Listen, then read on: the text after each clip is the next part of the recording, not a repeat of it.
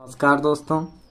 आज की जो क्लास रहेगी उसमें मैं आपको क्लास 8th का मैथ्स का चैप्टर नंबर 4 डाटा हैंडलिंग, जिसको हम हिंदी में कहते हैं आंकड़ों का प्रबंधन, इसके बारे में पूरी बेसिक जानकारी दूंगा। ठीक है, तो बने रहिएगा हमारे साथ लास्ट तक। इस चैप्टर में आपका जितना भी बेसिक है या फिर आपको जो जो पढ़ना है वो पूरी जानकारी इस वीडियो में रहेगी। शुरू करते हैं आज की क्लास। डाटा हैंडलिंग में हम बेसिकली क्या करते हैं, डाटा को रिप्रेजेंट करते हैं। ठीक है, और बात आती है आपकी कि ये जो डाटा है या आंकड़े हैं ये होते क्या हैं। तो ये डाटा किसी भी टाइप का हो सकता है। ठीक है, जैसे मान लीजिए कि पिछले 5 टेस्ट मैचों में एक बल्लेबाज है, एक बैट्समैन है, उसके द्वारा बनाए गए टोटल रन कितने हैं, ये भी एक डाटा हो सकता है। ठीक है, या फिर ये एक डाटा हो सकता है कि आपकी क्लास में विद्यार्थियों के द्वारा यूनिट टेस्ट में लाए गए जो नंबर हैं वो भी आपके क्या हो सकते हैं, डाटा हो सकते हैं। ठीक है, तो डाटा जो है वो किसी भी प्रकार का हो सकता है। अब हमें इस चैप्टर में सबसे पहला टॉपिक क्या पढ़ना है उस पे आते हैं। सबसे पहला टॉपिक है आपका पिक्टोग्राफ। क्या है? पिक्टोग्राफ।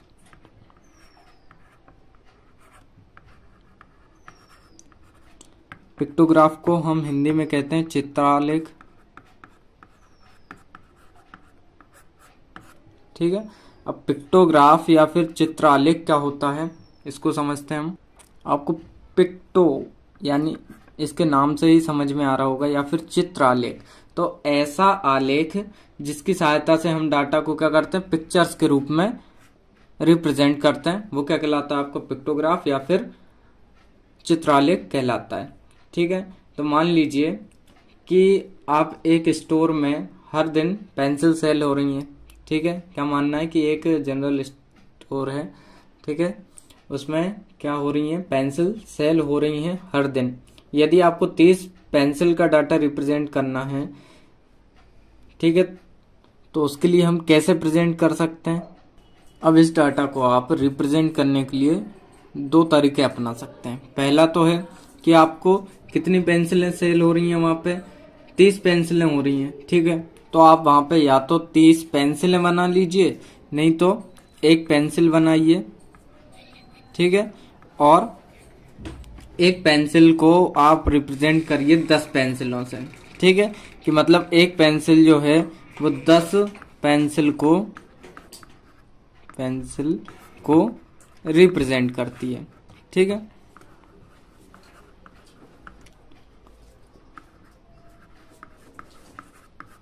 आपकी एक पेंसिल जो है वो कितनी पेंसिलों को रिप्रेजेंट कर रही है, 10 पेंसिलों को रिप्रेजेंट कर रही है। तो अब आपको डाटा कितनी पेंसिलों का देना है, 30 पेंसिलों का।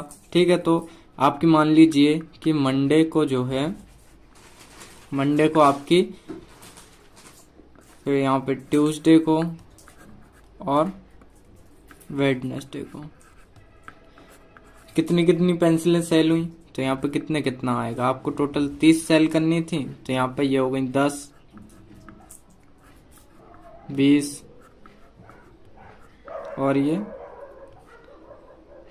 30। ठीक है, ये आप इस टाइप से सेल कर सकते हैं। उसके बाद यदि आपने मान लिया कि एक पेंसिल जो है 15 को शो कर रही है, तो जब वो एक 15 को शो करेगी तो आप उसको कितनी बनानी पड़ेंगी, टोटल आपको 2 पेंसिलें बनानी पड़ेंगी। ठीक है, उसके बाद आप मान लीजिए कि अब 30 ना होके 25 पेंसिलें हैं।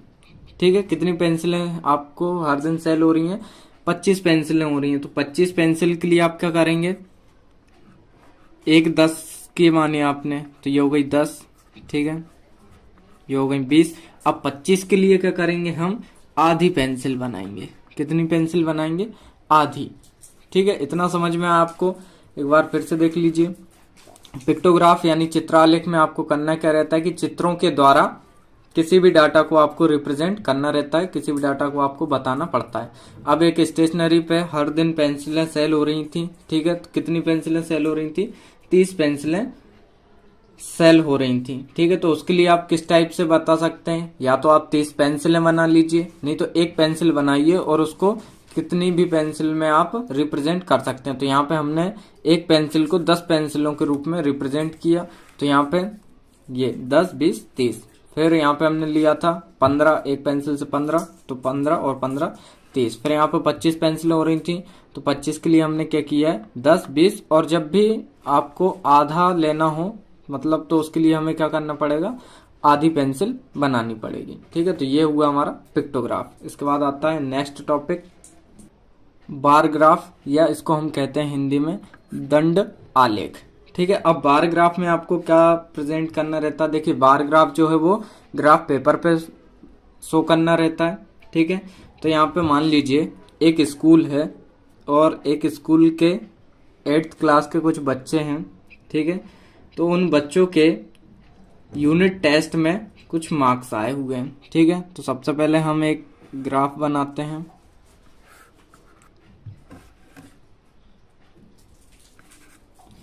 यहाँ पे आपका रहेगा 0। ठीक है, उनके यहाँ पे मैथ सब्जेक्ट, यहाँ पे इंग्लिश और यहाँ पे हिंदी, ये इतने रिप्रेजेंट हो रहा है यहाँ पे। ठीक है, और टोटल यूनिट टेस्ट कितने मार्क्स का था, वो था आपका 20। तो ये हो जाएगा 5, 10, 15 और 20। मान लीजिए 20 मार्क्स का आपका क्या था, टेस्ट था। तो आपके यूनिट टेस्ट में मैथ में आए मान लीजिए आपके 10 मार्क्स, तो ये जाएगा अपना 10 तक। उसके बाद इंग्लिश में आपके मान लीजिए आए हैं 15। ठीक है, तो 15 कहाँ है, यहाँ, तो यहाँ क्या जाएगा अपना 15। उसके बाद हिंदी में आपके मान लीजिए कि 20 आउट ऑफ 20 आ गए, तो हिंदी का यहाँ से बनेगा। तो इस टाइप से आपको बार ग्राफ शो करना है। ठीक है, या फिर आपको ऐसा हो सकता है कि बार ग्राफ आपको दिया रहेगा और उसमें पूछ लिया जाएगा कि कितने बच्चों के हिंदी में सबसे ज्यादा मार्क्स आए हैं, या फिर ऐसा कौन सा बच्चा है जिसके इंग्लिश में 15 मार्क्स आए हैं, या मतलब किसी भी टाइप के क्वेश्चन उसमें पूछ लिया जा सकता है। ठीक है, तो बार ग्राफ यदि आपको आता है तो इस टाइप से शो करना है। इसके बाद आता है आपका डबल बार ग्राफ, जिसको हिंदी में बोलते हैं द्विदंड आलेख। ठीक है, इसमें भी आपको एक एग्जाम्पल के थ्रू समझाता हूँ। अब मान लीजिए आपके फिर से वही एक यूनिट टेस्ट हुआ। ठीक है, PT1 हुआ, उसमें बच्चों के नंबर हिंदी, इंग्लिश और मैथ सब्जेक्ट में जो भी आए हों, और उसके बाद आपका PT2 हुआ। तो देखिए डबल से मतलब क्या समझ में आ रहा है, तो डबल का मतलब है कि एक ही बार ग्राफ पे आपको 2 डाटा प्रेजेंट करना है। ठीक है, तो डबल बार ग्राफ में आपको क्या करना है कि एक ही आपका ग्राफ पेपर रहेगा, उस पे आपको डबल डाटा रिप्रेजेंट करना है। ठीक है, तो देखिए यहाँ पे एक एग्जाम्पल के थ्रू समझते हैं। अब आपका एग्जाम्पल वही सेम जो पिछली बार लिया था हमने, वही एग्जाम्पल लेते हैं कि आपका PT1 हुआ, उसमें आपके मान लीजिए हिंदी में कितने मार्क्स आए आपके, हिंदी में यहाँ पे आए आपके 15 मार्क्स। ठीक है, PT1 में, और उसके बाद PT2 हुआ, ये होगा आपका PT1, और उसके बाद आपका हुआ PT2। तो उसमें आपको थोड़ी शर्म लगी तो आपने थोड़ी मेहनत कर ली। ठीक है, तो उसके बाद आपके आ गए 20 आउट ऑफ 20। तो यहाँ से ये 20 का जो ग्राफ बनेगा ना, वो आपका यहाँ से एक ही ग्राफ रहेगा। ठीक है, इसका अलग से ग्राफ नहीं बनेगा। उसके बाद इंग्लिश में आपके PT1 में तो अच्छे आए, मान लीजिए आपके यहाँ पे 17 आए। ठीक है, तो ये 17 तक यहाँ तक जाएगा। ठीक है, उसके बाद इंग्लिश में आपके PT1 में तो अच्छे आए, उसके बाद आपके 10 मार्क्स आए PT2 में, तो ये इस टाइप से होगा। फिर आपके मैथ्स में पहले तो मान लीजिए आपके आए 10 आए, उसके बाद आपने थोड़ी मेहनत कर ली तो 15 आ गए। तो ये इस टाइप से डबल बार ग्राफ पे शो होगा। बस आपको इतना याद रखना है। ठीक है, तो डबल बार ग्राफ में एक ही ग्राफ पेपर पे डबल क्या होंगे, डाटा शो होगा। ठीक है, अब आता है आपका अगला टॉपिक ऑर्गेनाइजिंग डाटा, जिसको हिंदी में कहते हैं आंकड़ों का संगठन। इसमें आपको बेसिकली करना क्या रहता है कि आपको कुछ डाटा दिया रहेगा और जब भी आपको ऑर्गेनाइजिंग डाटा रहेगा तो उसमें बहुत सारे एक ही चीज बहुत बार रिपीट हो रही होगी। पहली बात तो ये आपको याद रखना है, एक ही चीज क्या हो रही होगी, बहुत बार रिपीट हो रही होगी। तो उसको आपको एक डाटा के रूप में किस टाइप से आप उसको हैंडल करते हैं, तो उसको आपको दिखाना रहेगा ऑर्गेनाइजिंग डाटा में। देखिए अब एक मान लीजिए आपकी एक क्लास में स्टूडेंट हैं कुछ, तो उन स्टूडेंट को यहाँ पे एम से कुछ सब्जेक्ट पसंद है, जैसे हिंदी, इंग्लिश और मैथ, ठीक है। तो कितने स्टूडेंट को कौन सा सब्जेक्ट पसंद है ये हमें नीचे दिया हुआ है, तो हमें बताना है कि कितने स्टूडेंट को जो है मैथ या इंग्लिश या हिंदी पसंद है। तो नीचे ये सब्जेक्ट दिए हुए हैं कि किसको कौन सा सब्जेक्ट पसंद है, ठीक है। तो इसके लिए हम क्या करते हैं, यहाँ पे एक टेबल बनाते हैं, ठीक है, जिसमें सबसे पहला होगा सब्जेक्ट,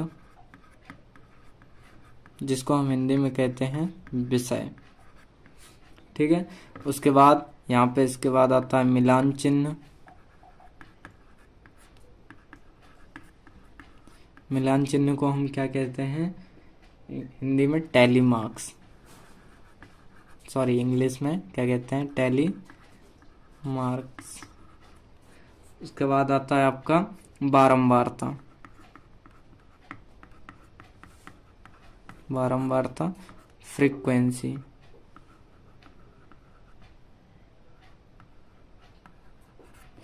ठीक है। ये आपको एक टेबल बनाना है। अब इसमें विषय आपके कितने, 3 विषय हैं, मैथ्स, इंग्लिश और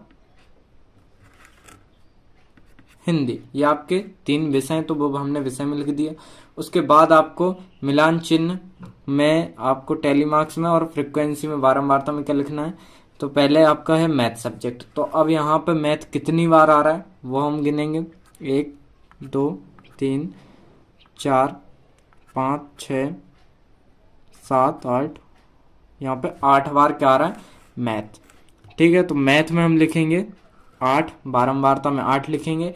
और टैली मार्क्स कैसे बनाते हैं, 1 2 3 4 और ये क्रॉस वाला 5 6 7 8, ये होगा इसका मिलान चिन्ह या टैली मार्क्स, ठीक है।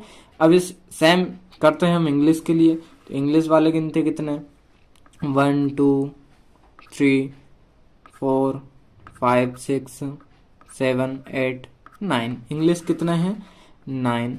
तो ऐसे कितने स्टूडेंट हैं जिनको इंग्लिश पसंद है, 9। तो 1 2 3 4, ये 5 6 7 8 9, ठीक है। अब बचा आपका हिंदी, तो हिंदी वाले गिनते हैं, हिंदी वाला 1 2 3 4 5 6 7 8, हिंदी वाले भी कितने हैं 8 हैं। ऐसे विद्यार्थी हैं जिनको हिंदी पसंद है, तो 8 कैसा बनेगा, 1 2 3 4, ये 5 6 7 8, ठीक है। तो इस टाइप से हमें ऑर्गेनाइजिंग डाटा या आंकड़ों का संगठन करना है। एक बार फिर से समझ लीजिए, एक क्लास में कुछ विद्यार्थी हैं जिनको कुछ को मैथ पसंद है, जिनको कुछ ऐसे हैं जिनको इंग्लिश पसंद है और कुछ ऐसे हैं जिनको हिंदी पसंद है। तो हमें यहाँ पे सब्जेक्ट दिए हुए थे, ठीक है। यहाँ पे हमने एम से मैथ को रिप्रेजेंट किया, ई से इंग्लिश को, एच से हिंदी को। तो यहाँ पे कुछ सब्जेक्ट दिए हुए थे जो विद्यार्थियों को पसंद है। तो हमें जब भी हमें ऑर्गेनाइजिंग डाटा का एक चार्ट बनाना हो तो उसमें सबसे पहले जो भी आपका सब्जेक्ट हो वो यहाँ पे लिखना, ठीक है। उसके बाद आता है मिलान चिन्ह, जिसको हम इंग्लिश में कहते हैं टैली मार्क्स, और फिर आती है बारंबारता, जिसको कहते हैं फ्रीक्वेंसी, ठीक है। तो बारंबारता में आपको नंबर लिखने हैं और टैली मार्क्स में ये लाइनों के द्वारा आपको शो करना है। पहले 4 लाइन खींचना और 5वें के लिए एक क्रॉस लगा देना है, ठीक है। तो ये समझ में आया आपको। इस टाइप से इसके बहुत सारे बड़े बड़े नंबर को भी आप रिप्रेजेंट कर सकते हैं। आता है आपका ग्रुपिंग डाटा। क्या है ग्रुपिंग डाटा, जिसको हम हिंदी में कहते हैं आंकड़ों का वर्गीकरण।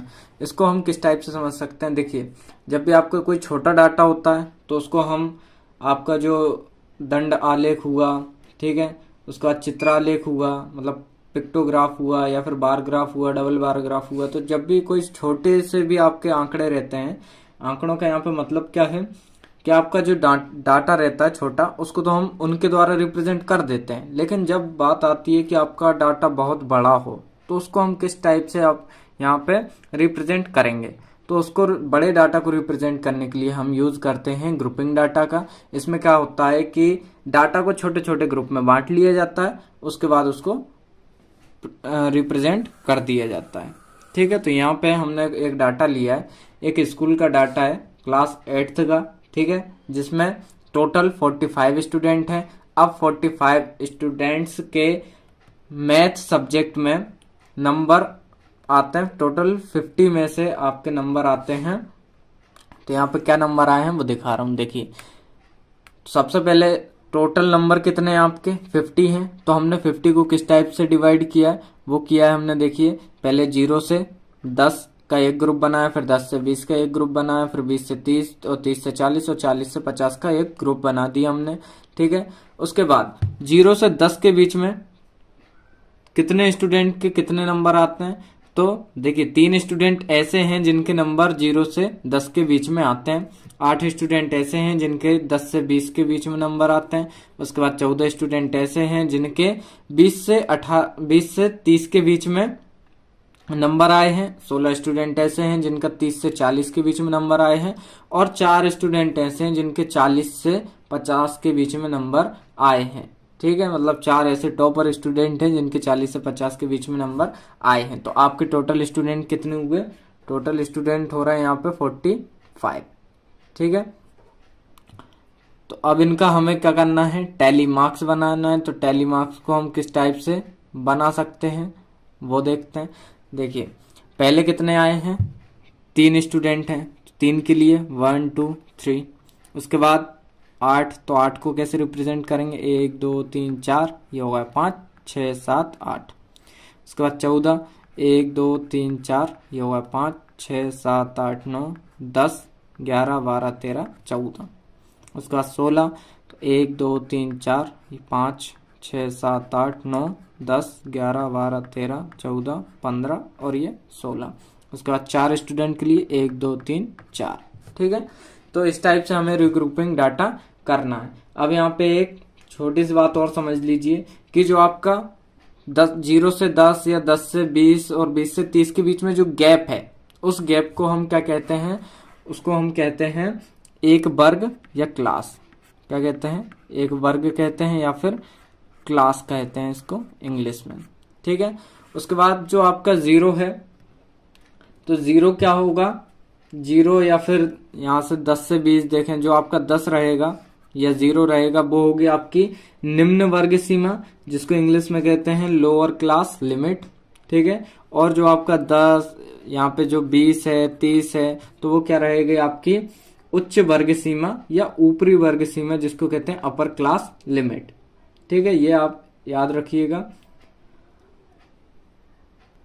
तो इस टाइप से आप ग्रुपिंग डाटा को रिप्रेजेंट कर सकते हैं। इसके बाद नेक्स्ट टॉपिक देखते हैं। इसके बाद वृत्त आलेख या पाई चार्ट। पाई चार्ट को हम इंग्लिश में भी पाई चार्ट ही बोलते हैं, हिंदी में जिसको वृत्त आलेख बोलते हैं। तो इसमें क्या किया जाता है, मान लीजिए आपको एक स्कूल के बच्चों से आपने पूछा कि आपको कौन सा स्पोर्ट पसंद है, तो ठीक है, उसमें बच्चे बताते हैं कि बच्चों ने बताया 50% बच्चे जो हैं उनको क्रिकेट पसंद है। ठीक है, फुटबॉल जो है वो 25% बच्चों को पसंद है। ठीक है, और कबड्डी जो है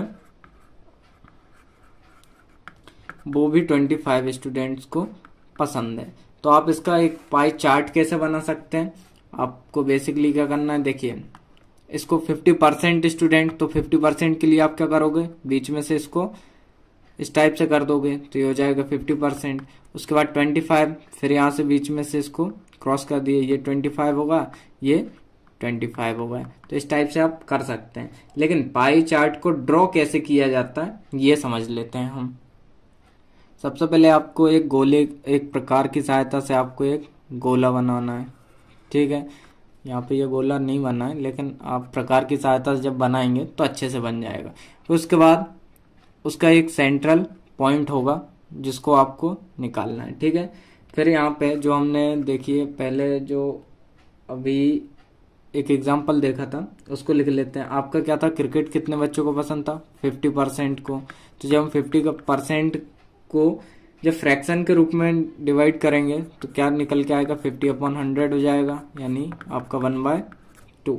ठीक है, फिर दूसरा टर्म 25% इन 25/100 हो जाएगा, इसका आंसर आएगा आपका 1/4। इसी टाइप से एक और 25% था आपका कबड्डी वाले स्टूडेंट का, तो ये हो जाएगा 25/100, ये भी आपका आएगा 1/4। तो 1/4 ये आ रहा है, पहले का 1/2, फिर 1/4 और 1/4। तो पाई चार्ट ड्रॉ करने के लिए सबसे पहले तो आपको निकालना पड़ता है सेंट्रल एंगल। ठीक है, तो अब वो देख लेते हैं कि सेंट्रल एंगल कैसे निकलता है।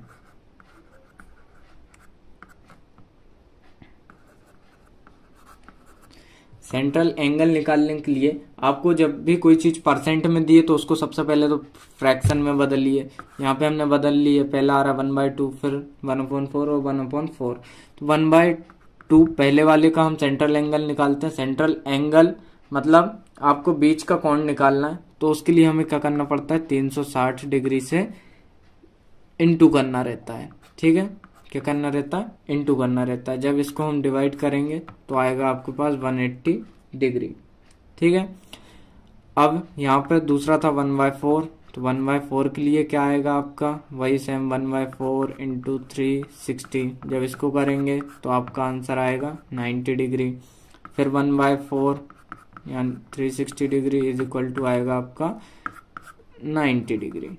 ठीक है, तो अब यहाँ पे जो हमने गोला बनाया था, ठीक है, तो उसको हम क्या करेंगे, यहाँ पे 180 डिग्री का कोण कैसा बनता है, बिल्कुल सीधा बनता है। कैसा बनता है, बिल्कुल सीधा। ठीक है, उसके बाद 290 डिग्री के बनाने आपको।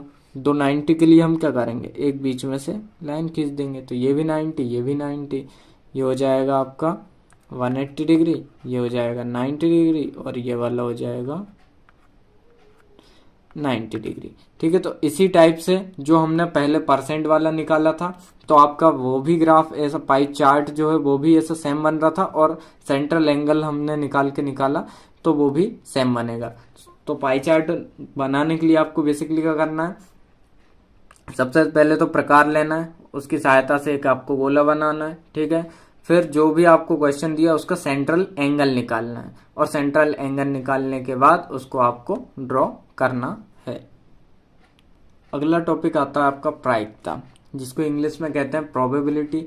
अब प्रायिकता किसे कहते हैं, तो किसी भी चीज के होने के कितने % चांसेस हैं, वो आपका प्रायिकता कहलाता है। ठीक है, यदि हम मान लीजिए एक सिक्के को उछालते हैं तो उस पर हेड या टेल आने के क्या चांस हो सकते हैं, वो आपकी प्रायिकता कहलाती है। तो इसको प्रायिकता को एक फॉर्मूले के द्वारा निकाला जाता है। तो इसका फॉर्मूला है, जिसको हम हिंदी में कहते हैं सूत्र, वो है आपका, इंग्लिश में देख लीजिए पहले, नंबर ऑफ फेवरेबल आउटकम्स, और इसके अपॉन में रहता है टोटल नंबर ऑफ आउटकम्स। ये आपका हो जाएगा प्रायिकता का फॉर्मूला। ठीक है, प्रोबेबिलिटी का इंग्लिश में होगा नंबर ऑफ फेवरेबल आउटकम्स, और अपॉन में उसके total number of outcomes. Hindi में होगा आने वाले परिणामों की संख्या, और बटे में होगा उसके कुल परिणामों की संख्या। अब मान लीजिए यदि आप एक पासे को फेंकते हैं तो क्या आ सकता है। ठीक है, पासा तो सभी ने देखा होगा, डाइस। टोटल नंबर कितने होते हैं उसमें, 6, 1, 2, 3, 4, 5 और 6। अब हमने यदि उस पासे को या डाइस को फेंका तो उसमें से 6 नंबर में से कोई सा भी नंबर आ सकता है। ठीक है, मान लीजिए कि आपसे पूछ लिया कि 3 आने की प्रायिकता क्या होगी, 3 आने की प्रोबेबिलिटी क्या हो सकती है, तो 3 उसमें कितने बार आ सकता है, केवल एक बार आ सकता है, तो उसका हो जाएगा 1/6 आंसर। ठीक है, उसके बाद आपसे पूछ लिया मान लीजिए कि सम संख्या आने की प्रायिकता क्या हो सकती है, तो सम संख्या मतलब इवन नंबर के क्या क्या आ सकते हैं, इसमें 2, 4 और 6 कितने सम संख्याएं आ सकती हैं, कितने इवन नंबर आ सकते हैं आपके, कितने आ सकते हैं, 1, 2 और 3। तो ये हो जाएगा 3/6। इसका मतलब इसको जब हम काटेंगे तो 1/2 इसका आंसर होगा। ठीक है, उसके बाद मान लीजिए आपसे पूछ लिया कि 4 से कम आने की प्रायिकता क्या होगी, तो 4 से कम कौन कौन से नंबर आ सकते हैं। 4 से कम लेना है, 1 2 3 ये आ सकता है 4 से कम में। तो कितने नंबर आ रहा है आपके 3, तो ये हो जाएगा 3/6। मतलब इसका भी आंसर क्या आएगा आपका 1/2। तो इस टाइप से आपको प्रायिकता वाले जितने भी क्वेश्चन आते हैं सबको आपको एक ही प्रकार से सॉल्व करना है। कुछ नहीं करना, बस आपको फॉर्मूले में वैल्यू पुट करना है और बस थोड़ा सा दिमाग लगाना है। ठीक है, तो आज का ये हमारा लास्ट टॉपिक था। इस टाइप से मैंने आपको डाटा हैंडलिंग चैप्टर का पूरा बेसिक कवर करवा दिया है। अब इसके बाद हम सीधा करेंगे इसकी एक्सरसाइज। ठीक है, तो आज की क्लास आपको कैसी लगी कमेंट करके जरूर बताएं। यदि चैनल पर पहली बार आए हैं तो हमारे चैनल को सब्सक्राइब जरूर करें। धन्यवाद।